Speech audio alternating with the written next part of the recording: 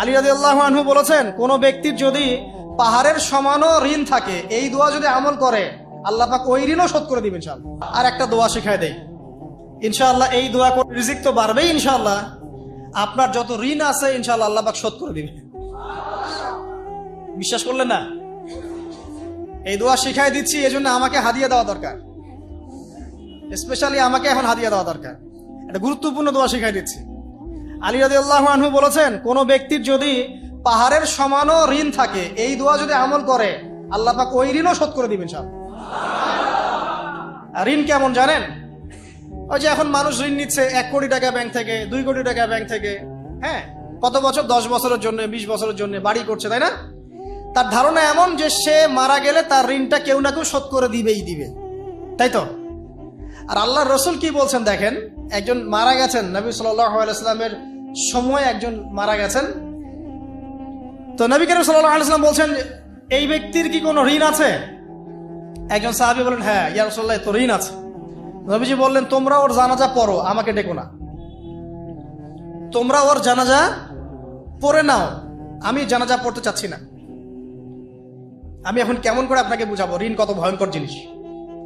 আপনি যে ব্যাংক থেকে 3-4 কোটি টাকার লোন নিয়ে রাখছেন, লাখ লাখ টাকা লোন নিয়ে বসে আছেন, দিব্যি সুখে বসে আছেন, এমন চিন্তায় যে আপনার মৌত হবে না।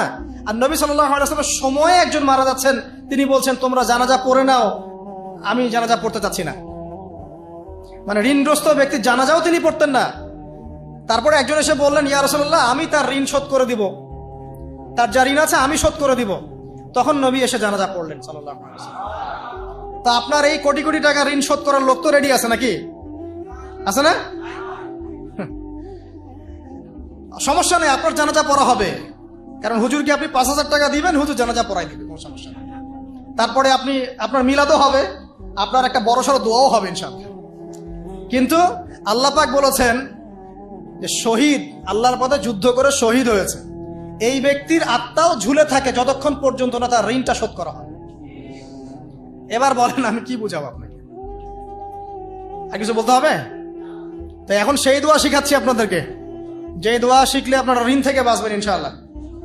আমার সাথে বলেন, দোয়াটা হচ্ছে আল্লাহুম্মা ইকফিনি বিহালালিকা আন হারামিকা ওয়া আগনিনি বিফদলিকা আম্মান সিওয়াকা। এই দোয়াটা ছোট না?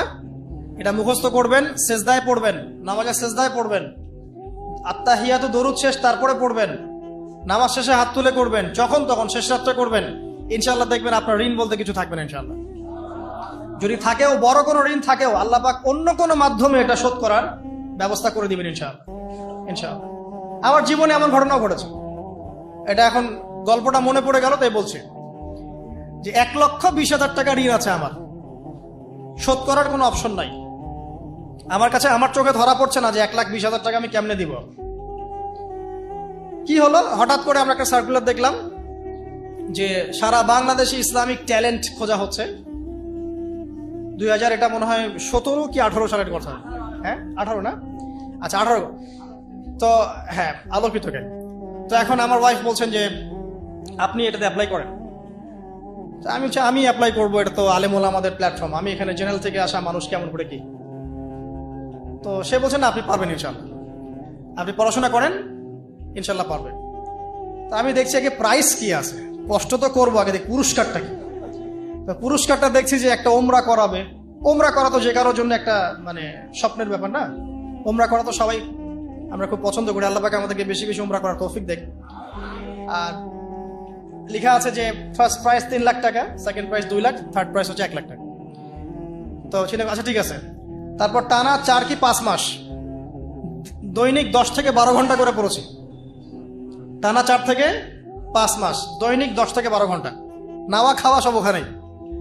আর যতটা সহজ মনে করছেন আসলে কিন্তু প্রতিযোগিতা অত সহজ নয়। আসলে যে কোনো জায়গা থেকে প্রশ্ন আসতে পারে, আকিদা, সিরাত, ইতিহাস, এটা ওইটা অনেক টপিক, প্রায় 36টা বিভাগ আছে। তো আলহামদুলিল্লাহ কিভাবে জানি আস্তে আস্তে উঠতে পারলাম। গিয়ে দেখলাম যে হ্যাঁ, টিভি রাউন্ডে চলে গেছে। আমি তেমন কিছুই করি নাই, আমি শুধু পরিশ্রম করেছি, আল্লাহর কাছে বেশি থেকে বেশি দোয়া করেছি যে আল্লাহ আমার ঋণ আছে, ঋণ শোধ করতে হবে একটা। এবং আমি চাচ্ছি যে এই প্রোগ্রামের মধ্য দিয়ে দিনের একটা বড় সার্কেল পাওয়া যায়, দিনই প্ল্যাটফর্ম পাওয়া যায়। তো আলহামদুলিল্লাহ আল্লাহ পাকের ইচ্ছায় সেখানে একটা ভালো রেজাল্ট হলো এবং সেখানে ওমরাও করা হলো আলহামদুলিল্লাহ, এবং ক্যাশ তারা খুব তাড়াতাড়ি দিয়ে দিয়েছে। আমি পুরো ক্যাশটা আগে পেয়েই আগে ঋণটা শোধ।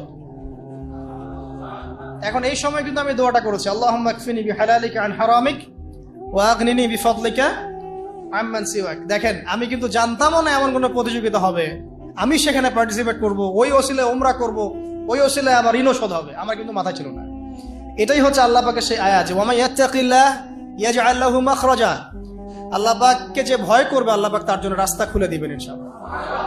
ওয়া ইয়ারযুকুহু মিন হাইসু লা ইয়াহতাসিব, এবং এমন উৎস থেকে আল্লাহ পাক রিজিক দিবেন যেটা সে কল্পনাও করতে পারে না। এটা আল্লাহ পাক তাওয়াক্কুল রাখেন জাস্ট।